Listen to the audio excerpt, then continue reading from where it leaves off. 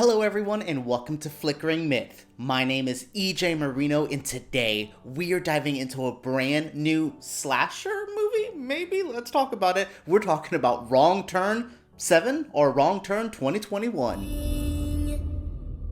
The latest installment in the Wrong Turn movie series, I can't believe this is a whole big series, it's a complete reinvention of what we know from this franchise. These used to be these more cannibal, the deformed kind of weird people we would see. Think of a little bit like Hills Have Eyes. We would see those people hunt down a group of beautiful teens. Sometimes it's prisoners, sometimes it's people at like a ski lodge. These movies get strange, but this latest one, the 7th installment, and what is a complete reboot is so different, so strange. I'm conflicted on how I feel. This movie just threw me for a loop. Since it's like, when it came out, I was just like, this doesn't seem like what I thought it was. And I saw the trailer and I was like, okay. And now seeing the movie, this is not what you're gonna think you're gonna get from this. And I don't know if that's good or bad. Wrong Turn or Wrong Turn, the Foundation sees a group of teens, see, that sounds familiar. They go out to the Appalachian Trail. They're trying to have fun. They're just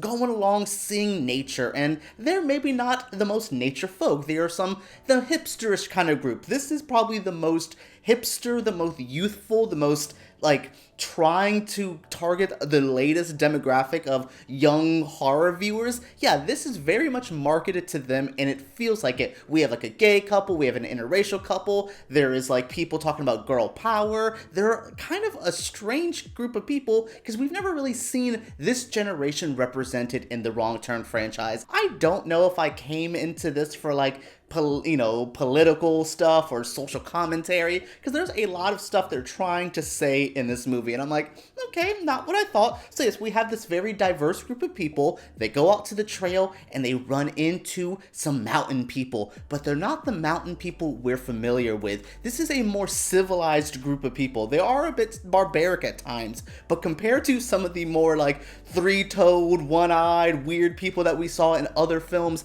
they're not like them at all. They're trying to do a whole like sustainable community. They live on their own. They're kind of hunters. They're doing their own damn thing. So when this group of teens runs into them, it starts an epic battle between these two walks of life. Even one of the main girls, her father gets involved in it and he goes looking for his daughter, which then kind of like converges into this big epic finale. Yeah, I, again, don't hate this movie. I just did not think this is what I was signing up for this Wrong Turn. All of it sounds like it has the makings of a usual Wrong Turn movie, but this is not that at all. And maybe we did need a reinvention. Maybe the director of this film said, okay, the last couple ones were pretty sleazy. They were very gory, which was fun to see some of the special effects, but they were kind of becoming like low budget porns. It felt like it was getting a little strange. So we went in a dramatically different direction. There is still some gore, there's some violence, there is some heavy, crazy moments in this that I was just like,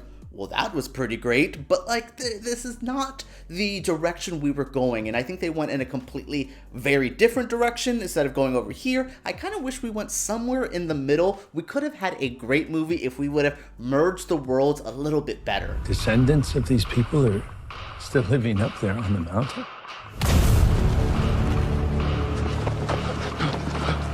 While the plot feels ripped straight out of something from Texas Chainsaw Massacre, you know what this really reminds me of? In the 80s, there would be big franchises, let's say, or like kind of up and coming ones, like let's say Prom Night. Well, Prom Night had a sequel called Prom Night 2, Hello Mary Lou, but that wasn't a direct sequel. It was something that they bought the rights to and attached the name to like maybe boost it up. Maybe adding Prom Night would get this a little bit more views. That's what this felt like here. It felt like this movie was called The Foundation, and then they added the Wrong Turn label to hopefully find a bigger audience.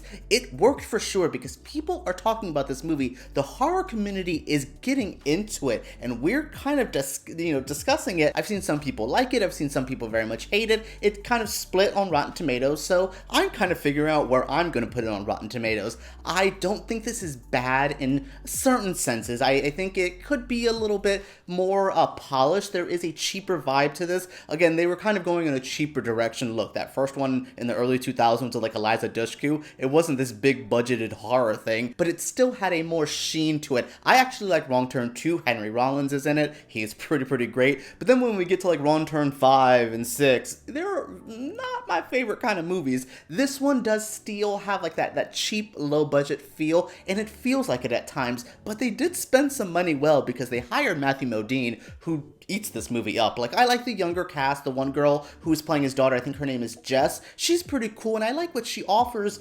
I just was like, okay, when are we getting back to Matthew Modine, like, hanging out in the woods, being a crazy man, drinking all the time, and trying to save his daughter? I very much liked that plot of it, and I thought it was a little bit different. Maybe if it was still the weird, savage cannibal people with him going after his daughter, I would have maybe liked that a little bit more. But this one, I was just not involved or in love with the, like, weird society that was here. I thought it was like, you know, well, the outside world was going to crumble, you know, the foundation was started like in the 1800s. This is like way before the Confederacy, like, kind of thing. This is just a group of people who went up into the woods to start their life, and it has a tinge of social commentary, and, you know, don't judge a book by its cover. Maybe they're happy being light cannibals. That's a big thing I have in it too. I don't remember people like just straight up like, I'm gonna eat that arm, I can't wait to eat you up, yum yum yum. That wasn't in this movie, really. Like, there was some cannibal stuff later on, but it just wasn't, again, what I wanted from a Wrong Turn movie. I guess this kind of reminds me of the Child's Play reboot. I love the iconic original Child's Play, so I wasn't in love with that remake, but looking on that remake on its own, it's not that bad, I guess. I'm torn on this movie, and I want to go in one direction. Maybe by the time I wrap up this review, I will figure out where I stand. Director Mike P. Nelson really did try something different here, and I should applaud him for that. Look, I went into this movie with different expectations than I was maybe set myself up for. I should have just went into this a little bit more open-minded. So I did start looking at this movie on its own. I do think the effects work well. I think the younger cast is good for the most part. They're kind of nameless characters. We have like this guy, Isaac, and we have this guy, but I wasn't really in love with them. But again, Matthew Modine, his character Scott, who's looking for his daughter, it's legit endearing, and it's fun, and there's a thrilling element to it when he meets the town folks, which one of them is the guy from Cabin in the Woods. He's the, you know, don't go up there, it's gonna be crazy. He's that guy. Yeah, I really liked his character, and I thought he did well in his smaller role here. I thought everyone did what they were supposed to do. The guy who runs the foundation was proper creepy. He was like a weird kind of dude, and I believed him, and then at the end when you see him kind of maybe dressed a little differently, you're like, oh, okay, yeah, I really, there's things I like here, so I think I am going to end up on a more positive note for Wrong Turn, which is kind of blows my mind, because when I was starting it, I was just like, this feels like a Texas Chainsaw ripoff, what am I thinking, I don't know, and then by the end of it, I was just like, oh, this wasn't as bad as I thought. And that may sound a little condescending and shady, but when you get into low-budget indie horror films like this, sometimes you will just take a, okay, that wasn't that bad. I had a good time. And that's how I feel about this. All right, everyone, that was it for my review of the latest Wrong Turn movie. Have you guys had the chance to check it out? I know it came out in the US, and it's also coming out in the UK in a little bit. So where are you guys at? Do you want to see this? If you've seen it, what do you guys think? Let me know down in the comments below. Subscribe to Flickering Myth, because we make videos like this every single week, and give me a thumbs up if you did enjoy this. All right, everyone, let's talk about Wrong Turn below.